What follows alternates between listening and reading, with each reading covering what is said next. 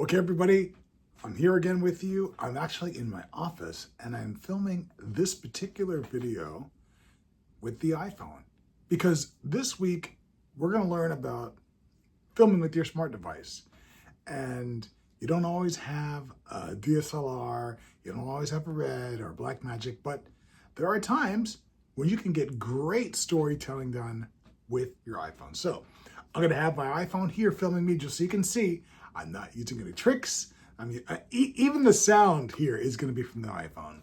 And I'm going to take you through the key that I'll put on the screen, and I'll give you some tips as to how to successfully tell a story with the iPhone, okay? Here we go. With just your phone and a little bit of magic, you can transform into a video making maestro. Join us on an enchanted journey as you conquer your camera fears, and you emerge as a video wizard. So I know that the times when you're probably looking to create a project and you think, I don't have the tools to do it. I don't have a camera, I don't have a sound recorder, I don't have anything.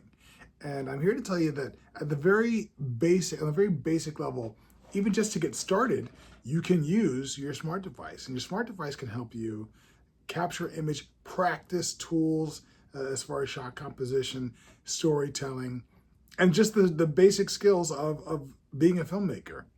You know, I've told many stories over the course of my life, some with the Red camera, some on 35mm film, some on 16mm film, some on 8mm film, some on the Blackmagic, and some on the iPhone.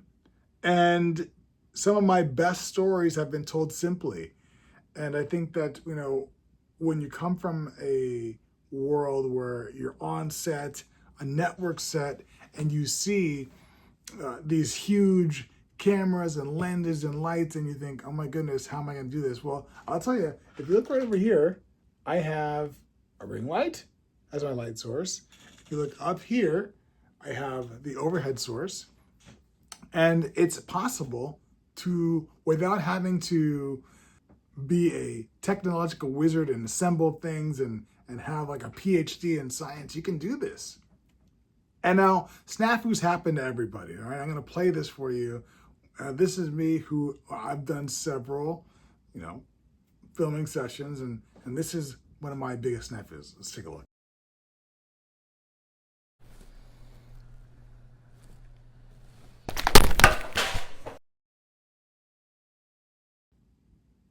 So you can see you're not alone. You're going to have failure. You're going to have challenges, and that's just part of the deal. So here are my preferred iPhone smartphone settings. I'm going to talk about the iPhone first. So this is going to help you get a better looking video. So you want to choose your front or rear camera. Just make sure that you're cleaning the lens first, okay? So a cloth, a microfiber cloth, just to clean the lens and make sure that you're looking spot on. You want to switch to 4K resolution. 4K resolution is going to help you have the most information, the highest resolution, so that your images look stellar.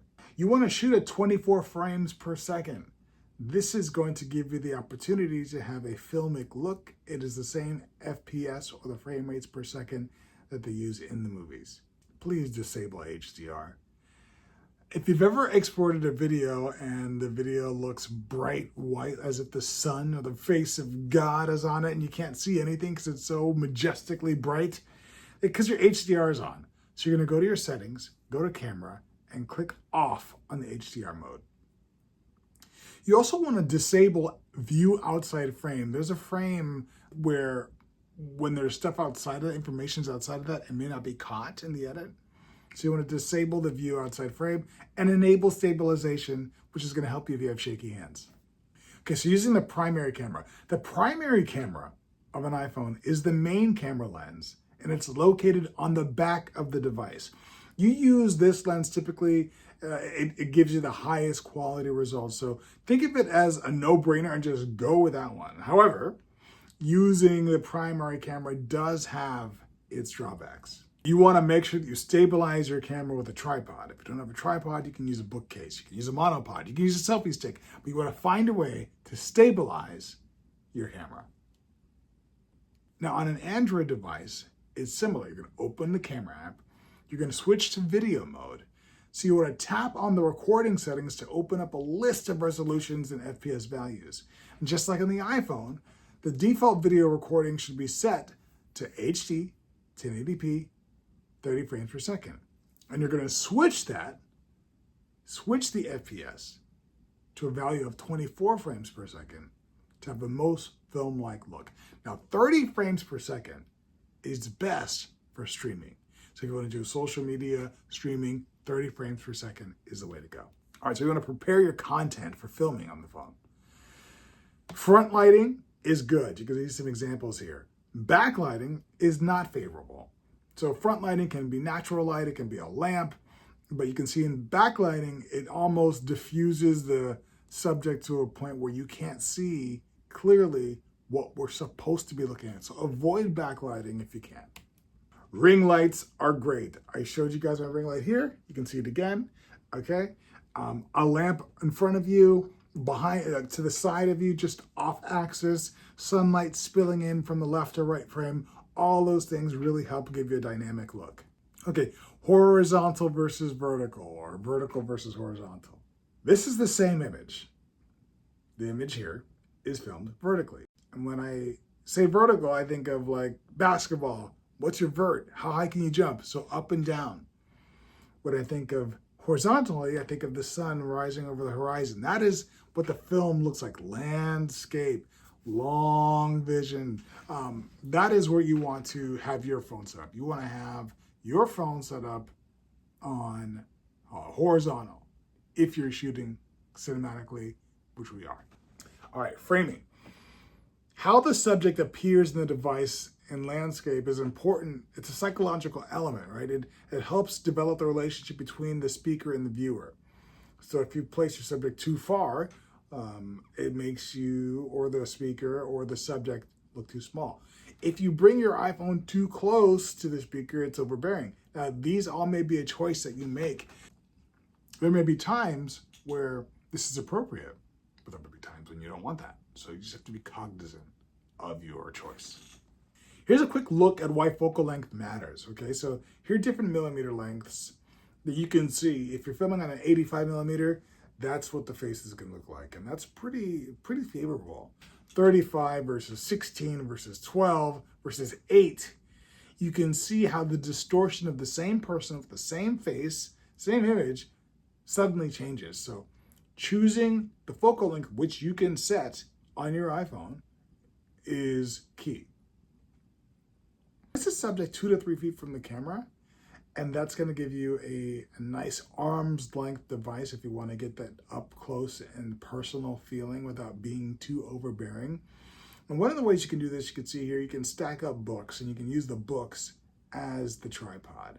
And this particular scene, the subject can then turn off axis, and we can get a nice mid to close-up shot of the subject.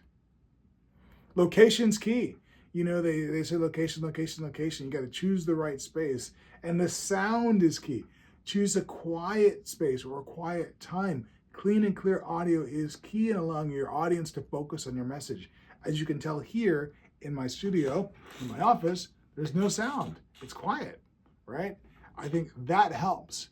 Here in my studio, in my office, we don't hear anything. So find a place where you can record, unless part of that sound is included in your film. But typically you want to add the sound that you want in after, but you want to find a quiet place to record before. Some of the things that can help your sound situation are blankets, carpet, pillows, curtains, anything to dampen the sound in the room. Okay. That's all, folks. I hope this has been valuable, and I look forward to seeing you on the next video.